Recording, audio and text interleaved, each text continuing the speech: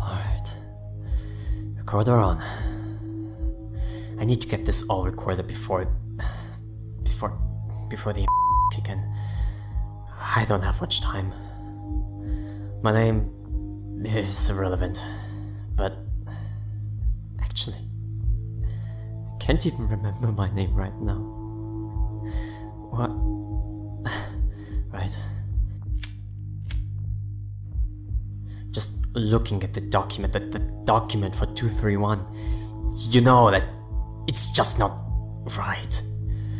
The format differs, and I've seen countless documents of researchers in my time, but this one, the site and personal requirements here are so downright detailed, you wonder why the hell all of these requirements are needed in the first place.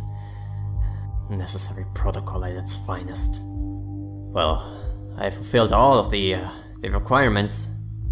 I was the perfect man for the assignment, or at least, so I thought. I made it through all the psychological testing they put me through. A lot of it was questionable, but I didn't think too much of it yet. I had no idea what SCP I was going to be assigned to. It was essentially a blind assignment. I got 81 points. Yeah, 81 points on the milligram obedience examination, well above the required points, which is 72 points. And due to the former assignment to SCP, I was sterilized, so offspring was out of the question too, let alone being married. Again, perfect man for this assignment. Once that was out of the way, as well as the goddamn fuck ton of paperwork afterwards, me and a couple other guys underwent a very thorough briefing. None of us could identify each other as we were issued concealing helmets with integrated voice changers in order to protect our identities. We were told that we can't remove these uniforms in the presence of other staff members, and any violation of this, as well as other countless shit, could easily end with you getting a bullet to your head, or a mistakes depending on how lucky you are.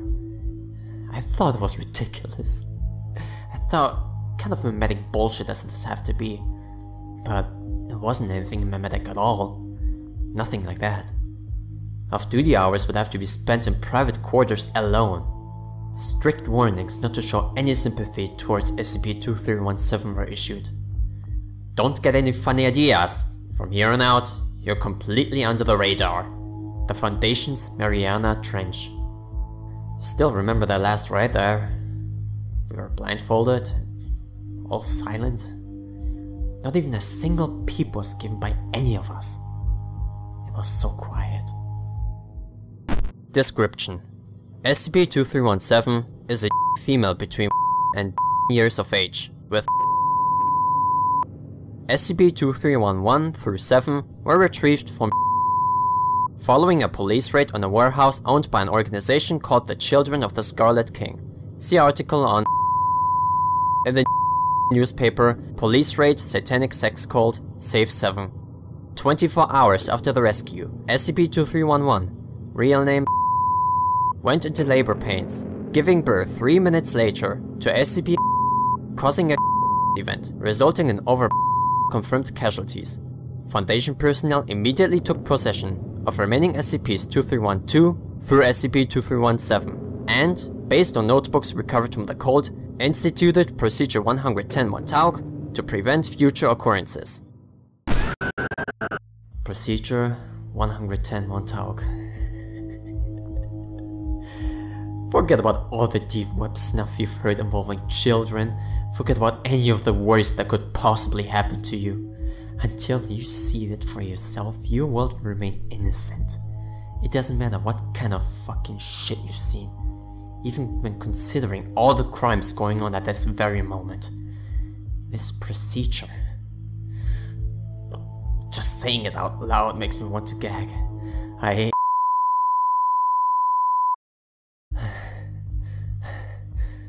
The anesthetic started to kick in.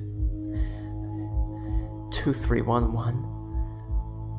I wasn't there when it happened, but I do know that she was killed during initial recovery operations and gave birth to SCP. Of course, this was only the beginning, so the casualty reports were only starting to pile up from here. Given what happened, one of the girls, 2312, underwent research instantly, and during an attempt to remove the fetus of a second SCP specimen, she died. Right then and there, another event happened, and what do you know? The casualty reports pile up. Another girl, 2313, eventually committed suicide due to the implementation of that fucking procedure. Another casualty report to the fucking list. With 2314, they decided to administer SCP-500, a drug that cures basically anything you could think of. And well, it worked. All traces of SCP were expelled from the system. But that's exactly where it went wrong.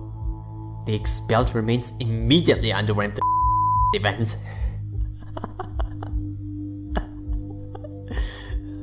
Were dead people on the list? 2315? The fifth child?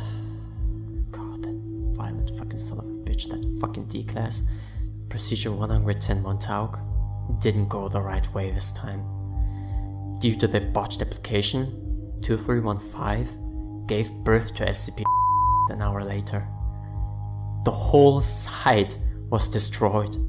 The casualty report is longer than a standard case file for medical staff. I didn't even know about most of these things. I did something that I shouldn't have. That's why I'm leaking this information, trying to warn others of what the hell the 2316.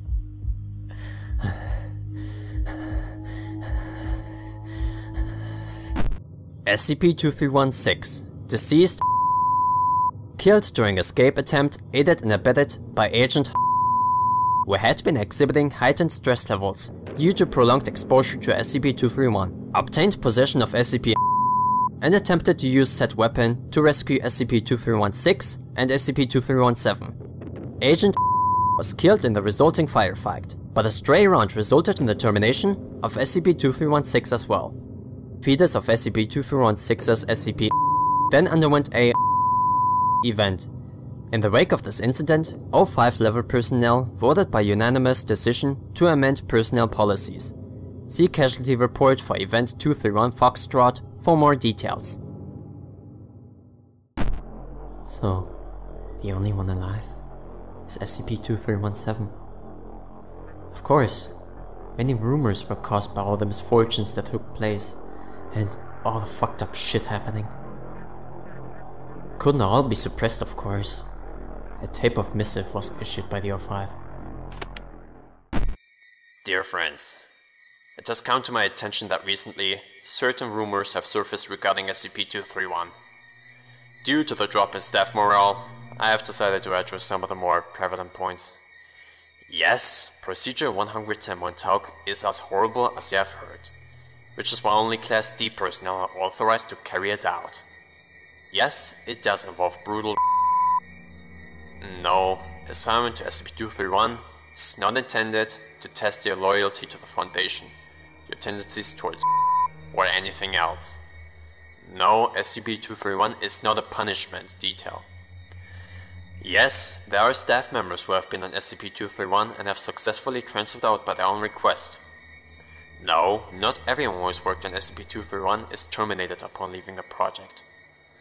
Yes, staff members who have been assigned to SCP-231 are allowed to take a Class A amnesiac before leaving the project if so desired. Yes, false memories are then implanted. No, none of the supposed methods for recovering or detecting false memories work. Yes, there are some of you who've worked with SCP-231 and don't remember it. No, we have not given up trying to save SCP-231-7, but research in that field must be carried out with the utmost caution. Based on the increased potency of each subsequent event associated with each subsequent SCP specimen, there is a strong possibility that SCP-231-7's event could result in an XK class end-of-the-world scenario. This information is corroborated in notebooks recovered from the cultists. See document 7 Brides, 7 Seals, SCP-231 Adjunct B. No, putting the poor girl out of her misery is not an option. Neither is drugging her. She has to be aware of what is going on for 110 Montauk to work. One final note. The Foundation does many distasteful things in the completion of our mission, but our mission is important enough that the price is the one we must pay. Containment of SCP-231 is one of our most dangerous duties, not because of any direct danger to ourselves, like SCP-682, but because of the danger that our resolve will fall, that we will allow ourselves to either let down our guard due to sympathy for the suffering of an innocent, or that we will allow ourselves to become monsters through the performance of monstrous acts. Just do your jobs and save the philosophizing for the shrink. Sincerely, 05. Don't believe it was a secretary to save her. Why would they bother? They've got exactly what they want, exactly what they wanted. It was only a matter of time until the procedure wasn't doing the trick so well anymore. The girl's emotional response was reduced, and the danger of another fucking event wasn't raised. So, 2 options were proposed. First one was to develop a new procedure with a higher emotional response. The second one was to administer amnestics to the girl so her emotional response would return the proper state, forcing the girl to relive the horrors every single time as if she never experienced them before. And yes, 05 went with the latter. Well, they're here now. Time's up. And Okay, let's bag him.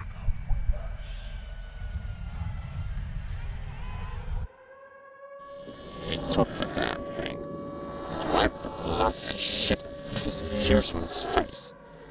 Nothing was beneath. Light shone through the cracks. The body itself rent the wails of madman.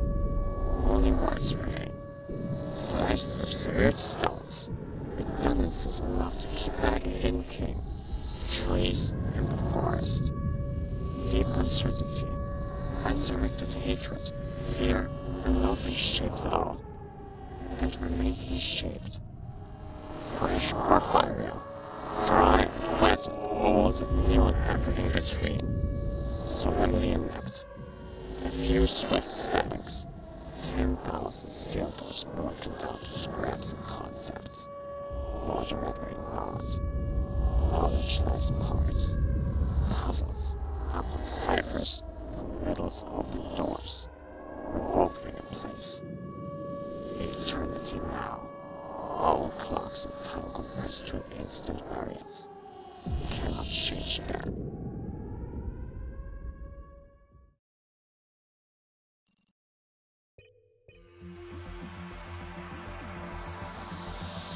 This was never openly admitted by Lennon, and while some refused to believe the Beatles would waste time on such childish actions, others see a way darker reason to not admit that they did plant clues. I think before I try to explain more, you should have a small insight of history. You see, a certain civilization has left us with only so many gifts countless years ago.